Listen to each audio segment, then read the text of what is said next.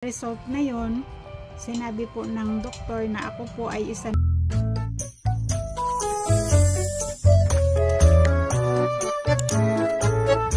Hello madlang person, in today's video pagpatuloy na po natin ang ating nasimulang kwento.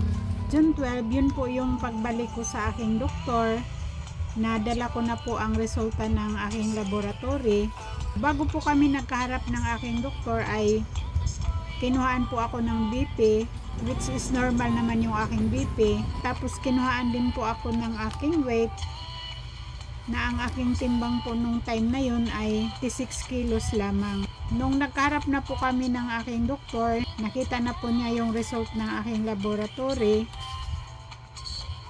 So ang una po talaga niyang sinabi sa akin na ang aking FBS daw po ay mataas. Kasi ang naging resulta po ng aking FBS ay 286.1 na dapat po ay 70 to 105 lamang. At ang aking cholesterol naman po ay 233.2 na dapat po ay 0 to 200.8 lamang. So dahil po sa mga result na yon, sinabi po ng doktor na ako po ay isa na pong diabetic. Nalungkot po ako at hindi ko po sukat akalain na aabot ako sa ganito. Hindi ko po in-expect.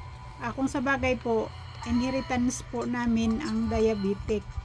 Kasi yung tatay po namin, diabetic po yun siya nung bago po siya nawala. Tapos po yung isa ko pong ate sa Surigao ay matagal na po siyang na-diagnose ng diabetes. Sa ngayon na po ay naka-insulin na po siya. Tapos yung isa ko namang ate sa Las Piñas ay diabetic din po siya. Tapos yung isa ko namang ate sa Bulacan ay ganun din po.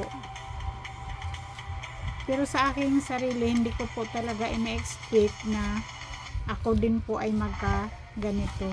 Binigyan po ako ng resita at 3 klase po ng gamot ang binigay niya sa akin. Yung isang gamot po ay para po sa cholesterol na iinumin ko lang po yun pagkatapos ng hapunan before bedtime. Tapos yung para naman po sa aking sugar ay 2 klase po. Yung isa po ay twice a day after breakfast, tapos yung isa naman ay after dinner, tapos yung isa naman after lunch. Kailangan ko daw po yung inumin within 2 months.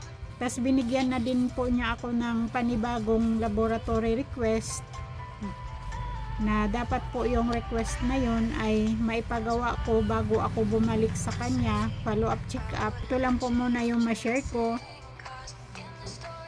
See you po on my next video. So, salamat po sa panonood.